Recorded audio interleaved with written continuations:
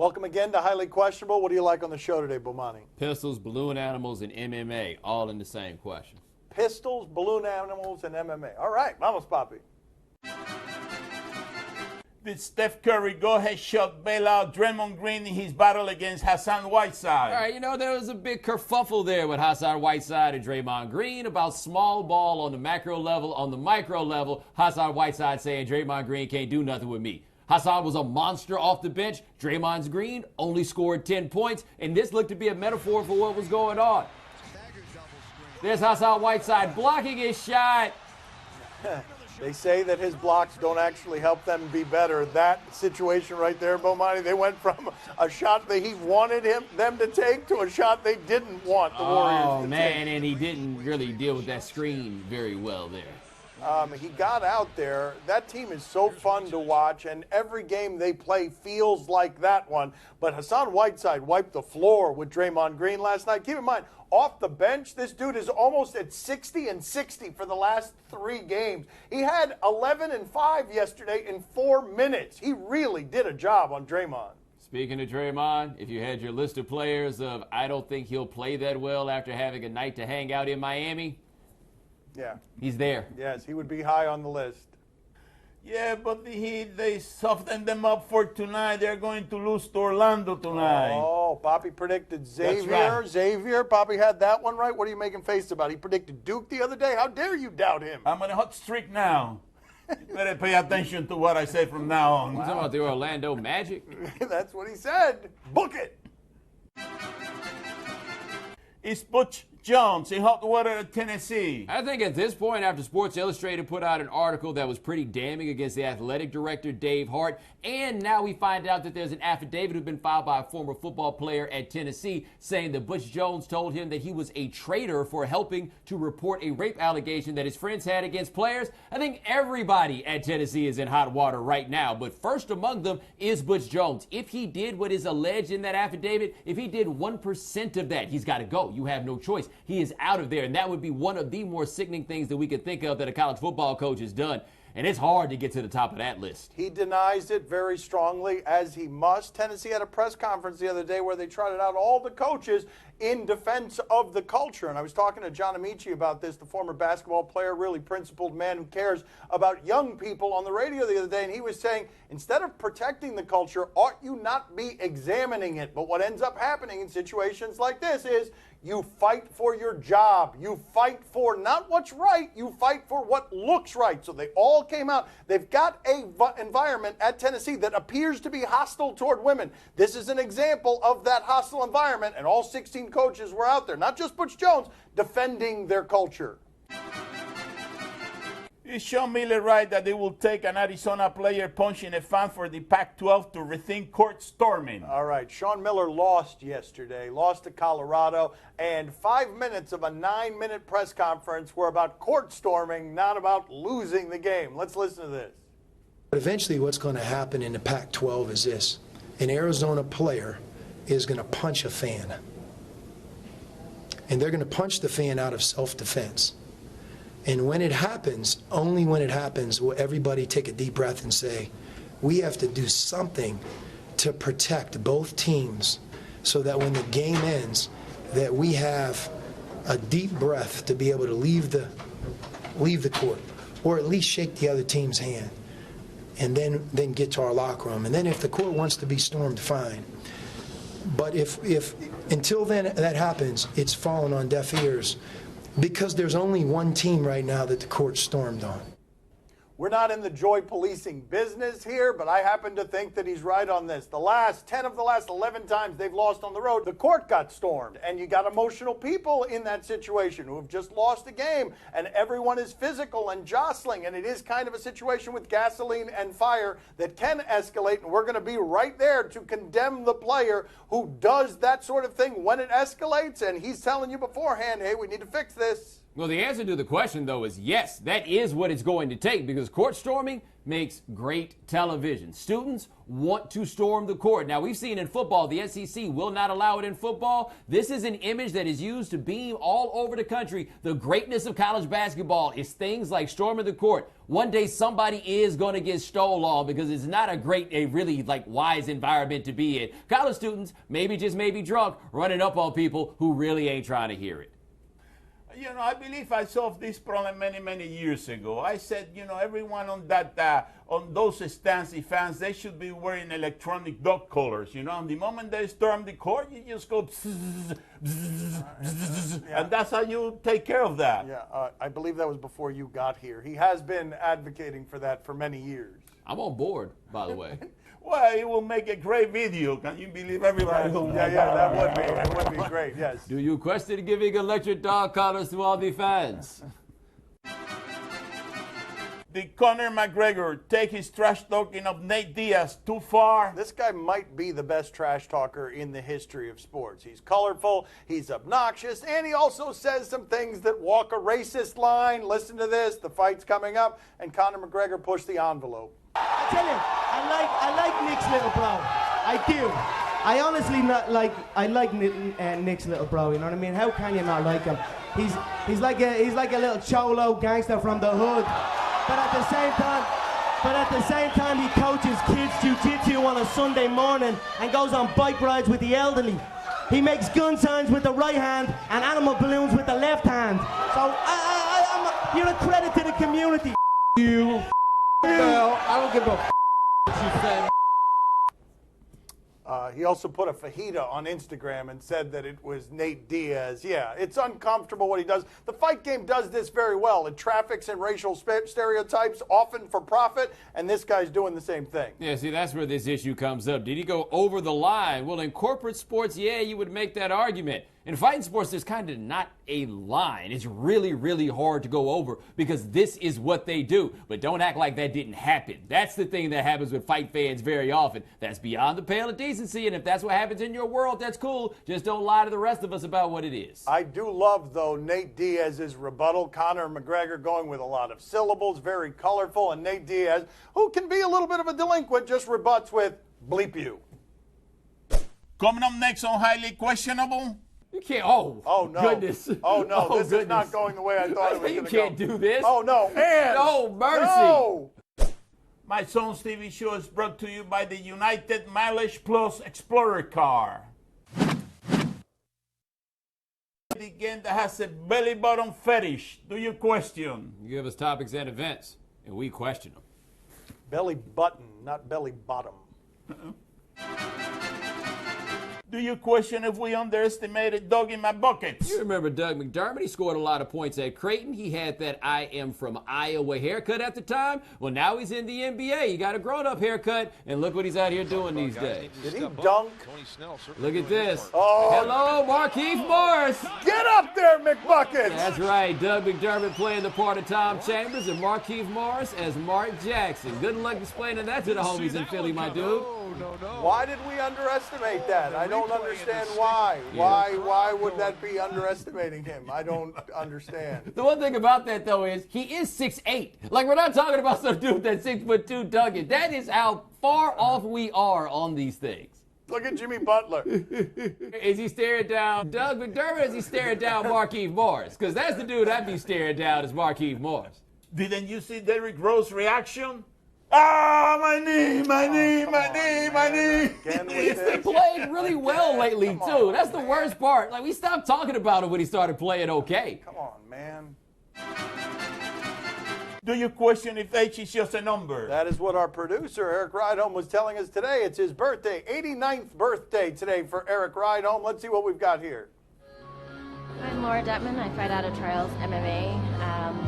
Expecting this to be a tough fight, tough opponent, and excited to get back in there and showcase what I've been doing for the past couple months.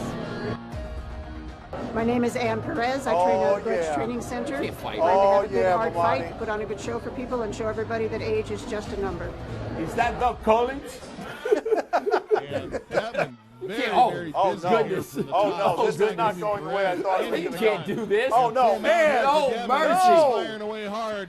I told you they couldn't let this happen. Wait a minute. Referees This is not what I was expecting. I thought this was going to go the other way. It was an exhibition? Come on, man. Congratulations with the ground and pound flurry. Trials MMA goes home with the victory for Laura Detman. Ann. Whose bright idea was this? I mean, Ann.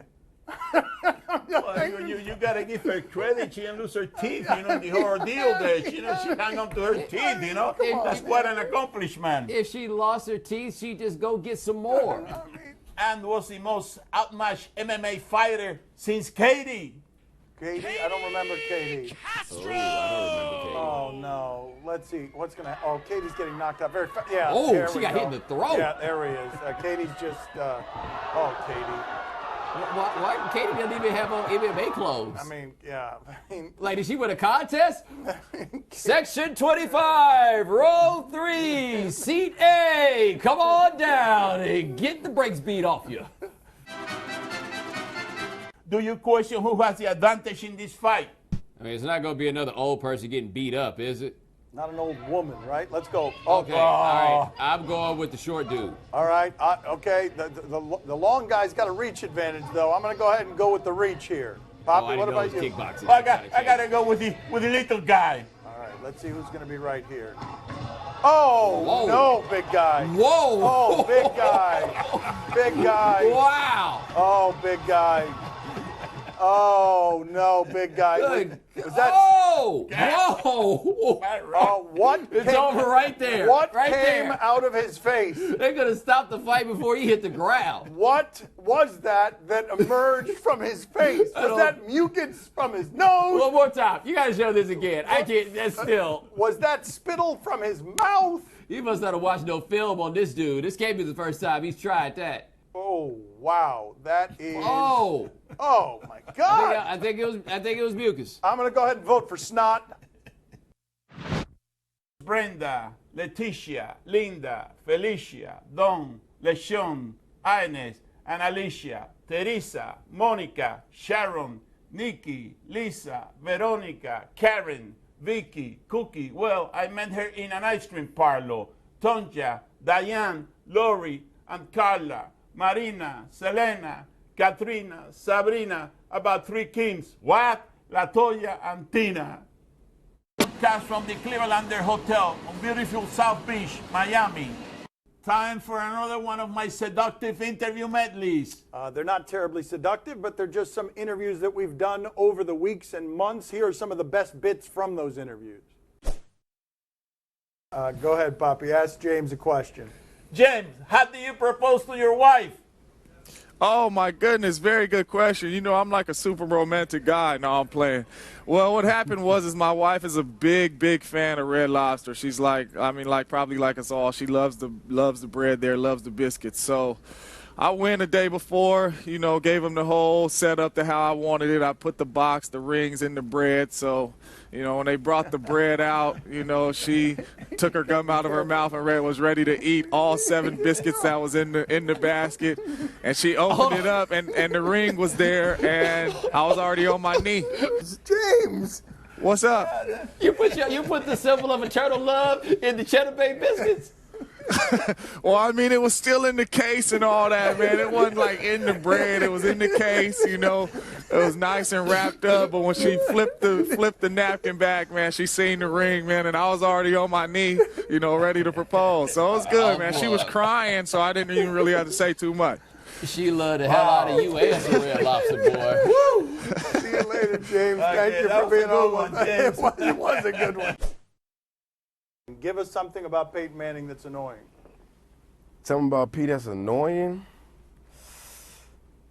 I don't know, man. Something that's annoying. Nothing really annoying about him. Stuff that's funny about him. It's not like annoying. I don't. All right, we'll take funny. What do you got? What do you got on funny? We'll take funny. His head, number one. Oh, yeah, that's true. Straight to the head. You're right. I thought you meant like some mannerisms. You just went straight to his big head. That Giant Jimmy head. Neutron head, but I've already made fun of him about that before, so it's not nothing that I'm not saying that's new. But I can't. Peyton's a funny dude in general, anyway, So Peyton himself is funny, but something funny about Peyton is definitely, his head is. I don't know what helmet size he has. Well, what did Mama Bear have to say after you questioned Urban Meyer in that game? And you were right about it, and Urban Meyer said you were right. But you said, you got to give me the ball more. What did Mama Bear have to say about that? That's on my list of topics that are off limits. No questions regarding Michigan State. You got a piece of paper. I want to know what else is on that piece of paper. Topics off limits. There's a sheet of paper. Topics off limits. That is so great. When do you start carrying one of those around, though? Because you ain't had it forever. Like, we know that. What else is on there? Just read a second one. We won't answer your question about it. Just read a second one. No questions regarding the Heisman. What else? Keep reading that piece of paper. Keep reading. What else? What else? That's it right now. I can add some more stuff, though, if you want. That is tremendous. We're going to go to a 3-shot here. Give us just a second. We're going to get my father involved here. Give us just a second, Ezekiel, and thank you. That was tremendous. Who wrote down that piece of paper for you? Learn Who wrote those lessons that? fast, boy. Yeah. Learn those lessons fast. Ezekiel, my father has something for you that we hope isn't on that piece of paper. Go ahead, Poppy. Can you show me how to turn my shirt into a crop top? Oh, look at that. Oh, okay. I mean, this is a question I always get, but just take the bottom of it. You gotta roll it up a little bit and then tuck it. Oh no. You can't look. You can't show them too much, but you gotta show them just enough. I see you very well, so I gotta go this way. No. Oh yeah. Okay. Exactly. No. Exactly. No. That's right. Both of You gotta you watch out. NCAA might try to come and get you. Both of y'all have been waiting all show to do that. You've been waiting all show to do that, and he's been waiting all show to do that. No. My wife is going to love it now. Just go. Hey, I love it. Time to play the game that jiggles in all the right places. See? Or no? You tell us what's on television tonight, and we all wonder why he has a no card. Streaming on the internet, Being Brett Bielema. Yeah, it's a mini-series kind of on the internet. They check in with him a couple times a month. What do we got here?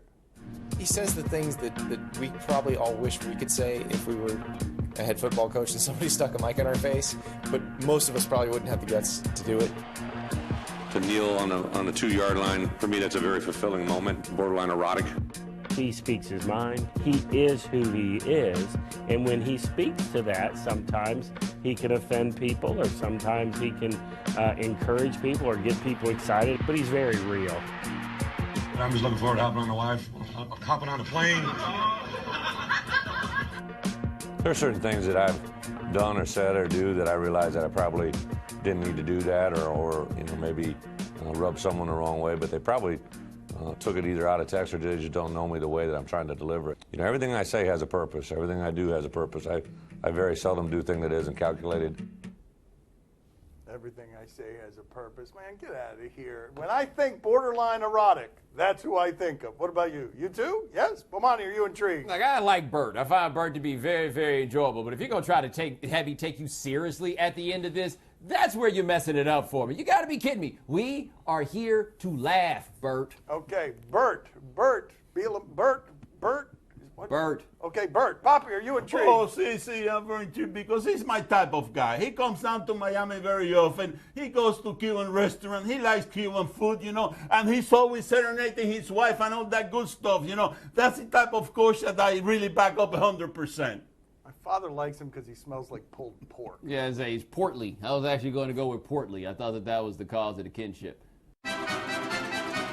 On Lifetime, Child Genius.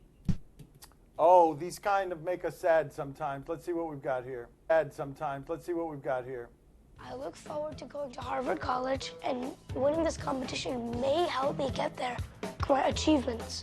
Those 4 are Johns Hopkins University Center for Talented Youth certificates. I do not have a most proud achievement, though I think it was getting into Mensa about 6 years old.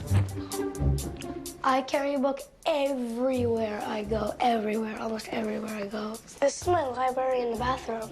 It's one of my favorite spots to read because I don't have any interruptions or anything. All the kids are having fun. They're out at picnics and ice cream socials, but he's shy, he's introverted. I think of my mind or brain as a giant castle, and it's a really big castle because my brain is to fit a whole lot of information.